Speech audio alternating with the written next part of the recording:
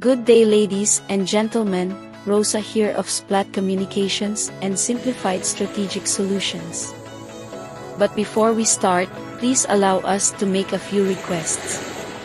Please don't skip ads. This allows us to remain independent. Please subscribe if you have not done so yet. We promote a healthy discourse in the comment section. Just be mindful of the words you choose, as this is a direct reflection of you as a person.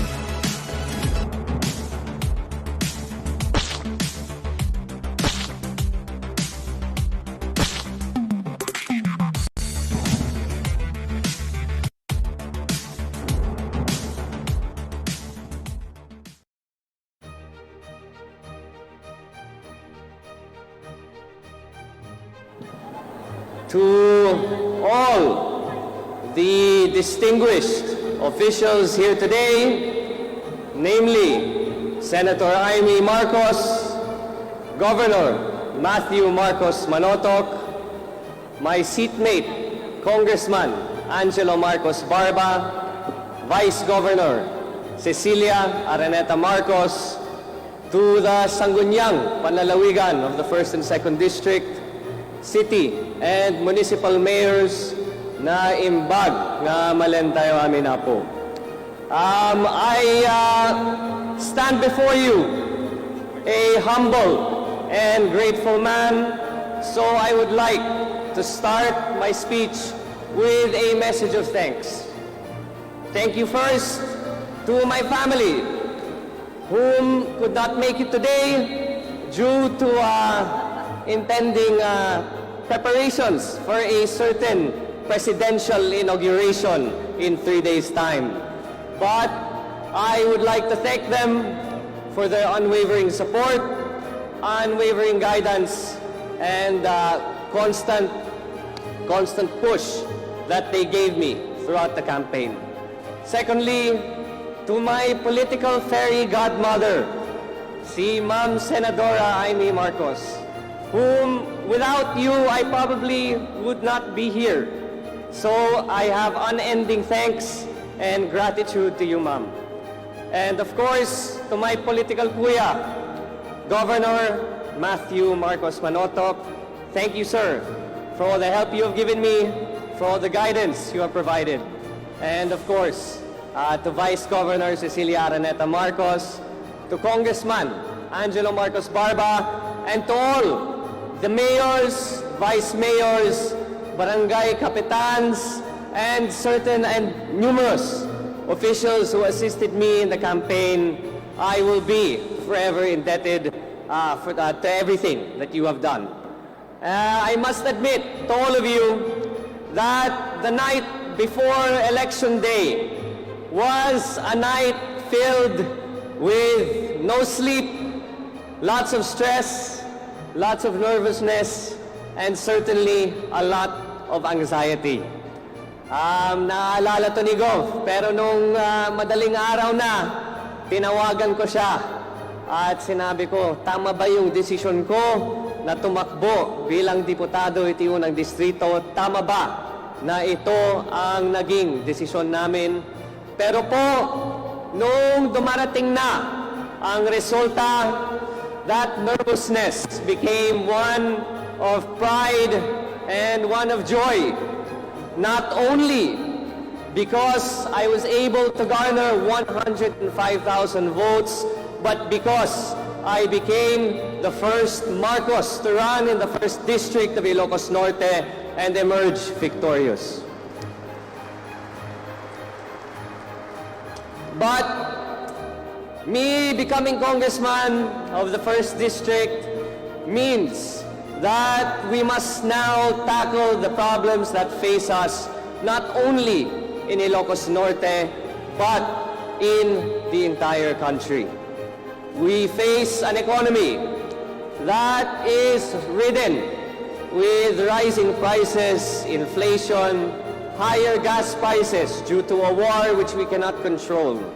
But despite this tall order, I promise all of you here, to all my kakailian, that as your 1st District representative, I will bring pride to Ilocos Norte within the House of Representatives. I have made sure that despite not officially taking office, that we have to hit the ground running. I am sure, and I'm sure it has to be said, that despite being the Congressman of the 1st District, also being the soon-to-be presidential son, is not without its tall expectations and big demands. So I have met with the necessary agencies to make sure that once I assume office, that we will hit the ground running and that we have numerous projects in place. I have made sure with whatever budget is left for this year that we have programs that we can implement, namely the installation of certain infrastructure projects such as solar lights in the bypass road of Lawag City and in the most dimly lit areas of the 1st District of Ilocos Norte.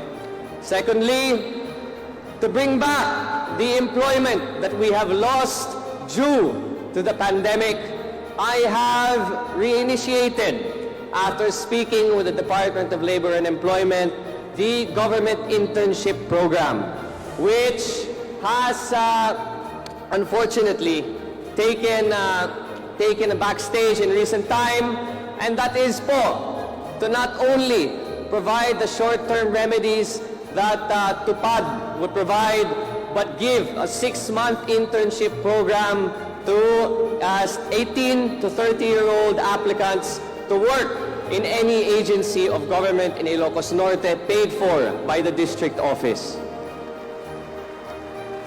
These are part of many of the plans and programs that we all have in order to address these issues.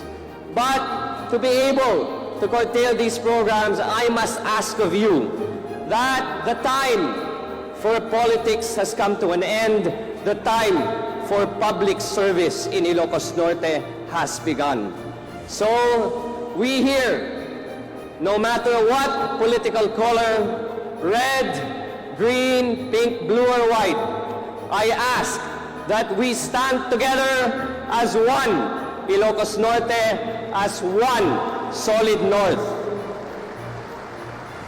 Only then can we make sure that we support the incoming administration of President-elect Bongbong Marcos to the best of our capabilities. Alam niyo po, nung nag-usap kami ng aking tatay at sinabi ko po na nanenervyos talaga ako na tumakbo sa unang distrito.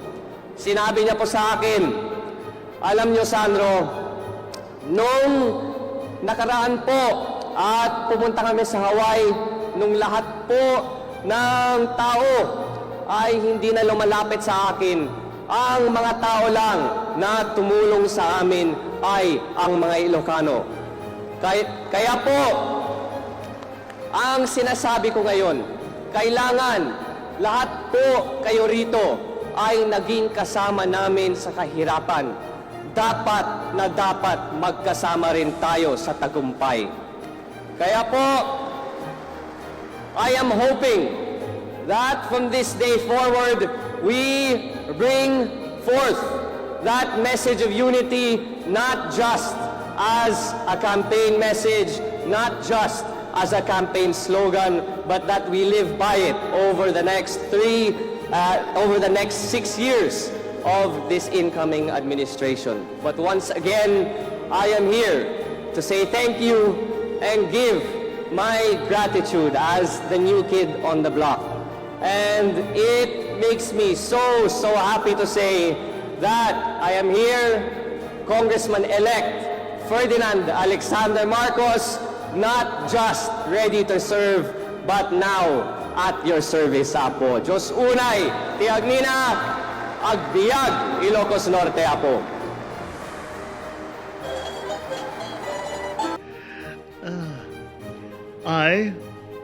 I, Ferdinand Alexander Araneta Marcos, having been elected having been elected to the position of representative of the 1st District of the Province of Ilocos Norte, do hereby solemnly swear do hereby solemnly swear that I will well and faithfully discharge that I will well and faithfully discharge to the best of my ability the duties of my present position position and of all others I may hereafter hold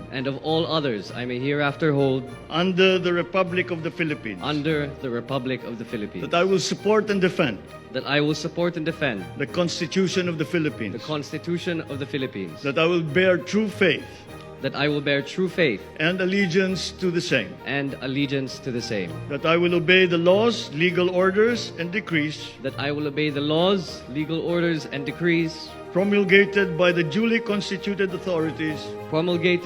the duly constituted authorities of the Republic of the Philippines, and that I impose this obligation upon myself voluntarily, without mental reservation or purpose of evasion. So help me God. Thank you very much, Mr. President, and congratulations to the newly elected 1st District Representative of Ilocos Norte. Well, what can you say? Kindly share your thoughts in the comment portion. We have reached the end of today's video. In behalf of my partner Rina and the rest of the Splat Communications and Simplified Strategic Solutions team, thank you. Till next time. Stay safe. Rosa out. Bye.